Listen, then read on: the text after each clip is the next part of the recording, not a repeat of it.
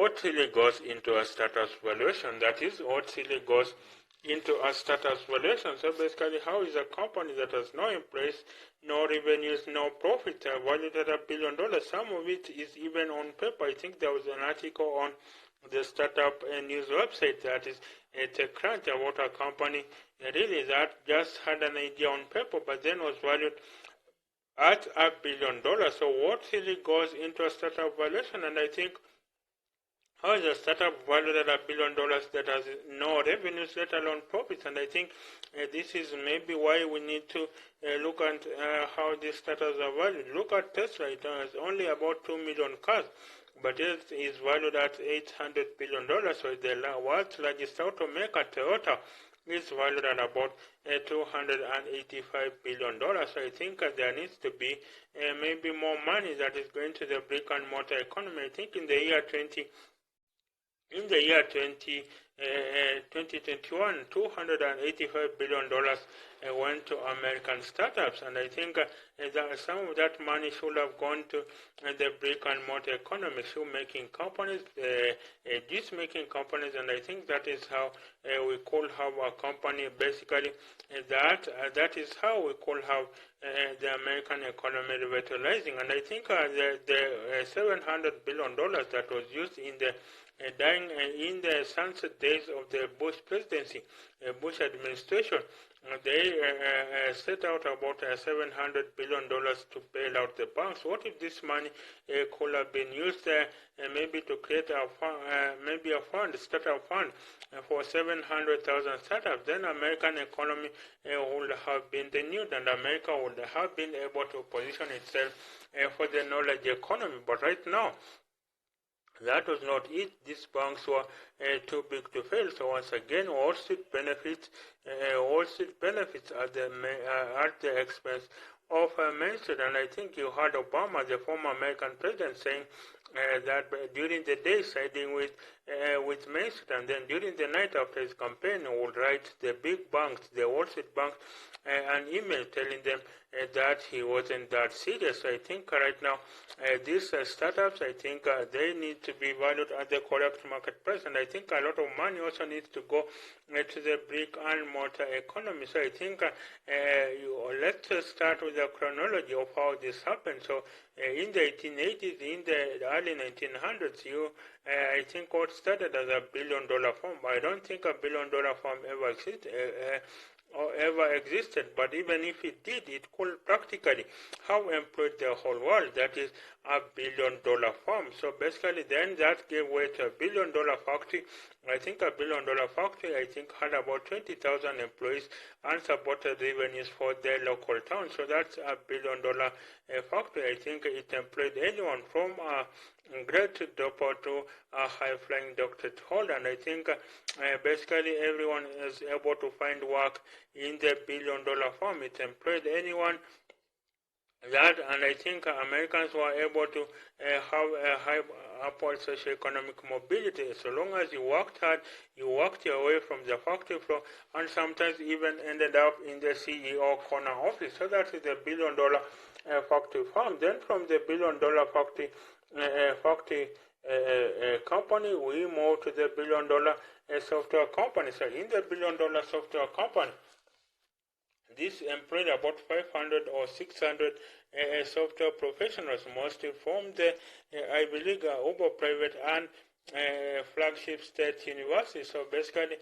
this was the $1 billion software company, the likes of Oracle, the likes of Microsoft, and basically they cut down on that, and that is why maybe the American middle class began shrinking, because the jobs they were creating were not for the ordinary people who had gone to the elite colleges. The jobs they were creating were for a select few college graduates who had attended the most elite of colleges. Then from the $1 billion software company, now we are in the $1 billion startup company where it employs just 10 employees, maybe has no profit, let alone profits, has no revenues, and I think this is how you value a company at $1 billion. And I think this is now employing just a few Ivy League graduates and then shading off.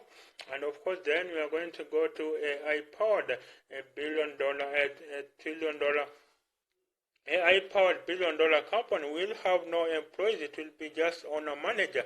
And I think it will be a robotics company, owner-manager.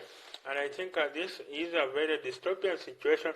And I think it will shed off human jobs. Of course, some have said that basically every technology has come and people have predicted dystopia, that basically when machines came, people thought all the farm jobs would be eliminated, but then millions of jobs were destroyed by machinery, by the Industrial Revolution machinery, but then millions more jobs were created, maybe how to program these machines, how to run these machines, and they say even for the coming AI, there will be millions upon millions of jobs that will be destroyed, especially for routine tasks or for physical tasks. But then again, I think, there will be millions upon millions of jobs that will be created by AI, maybe programming these machines.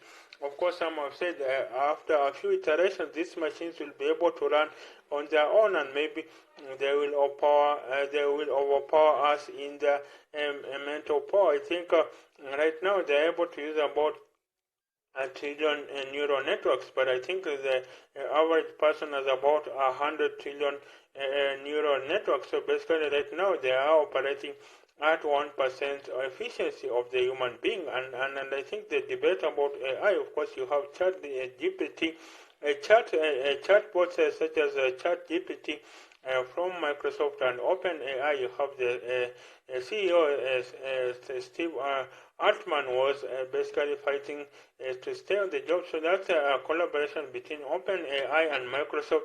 And then you have basically Gemini from Google, and of course Gemini, and I think a Bard from Facebook. So all of them are rushing to be able to create AI, and of course their business models could fall, because AI could very much replace Google search, and of course that is why Google rests so very fast to have its own chat AI, that is Gemini. And I think the robotics company, so of course will have no employees, but I think it will not be able to do the most complicated of tasks. It will not have emotions. It will not have maybe cognitive abilities. Of course, you had Bill Gates saying that basically he had a role that maybe the efficiency of the chatbots, but then of course when it was programmed to do I think a biology AP test, I think it got 29 questions correct out of 30, and maybe that is why then Microsoft had to adopt ChatGPT, and I think right now it is used by about 100 million.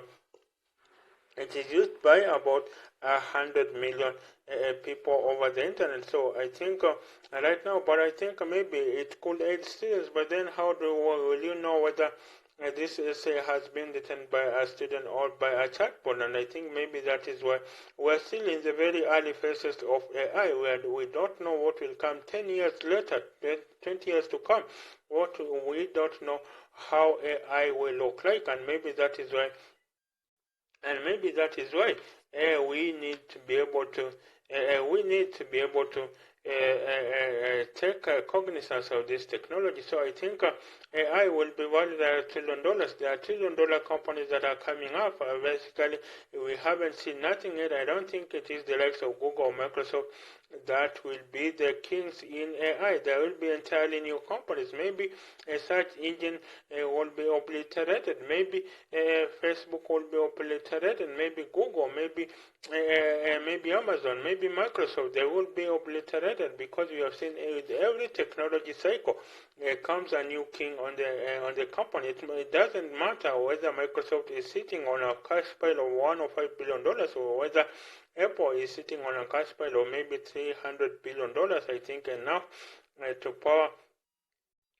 fill maybe about 15 Olympic-sized swimming pools. I don't think that will matter at all. I just think with every technological revolution comes new players in the field, and I think that is how it should be. That is how to have that is how to have innovation at its absolute bleeding edge. And I think if that happens, then basically, if that happens, then we will be able to have a company. We will be able to have companies that have that basically take cognizance of this coming AI technology. So let me know of what you think goes into our status evaluation. So bye for now. Till the next episode.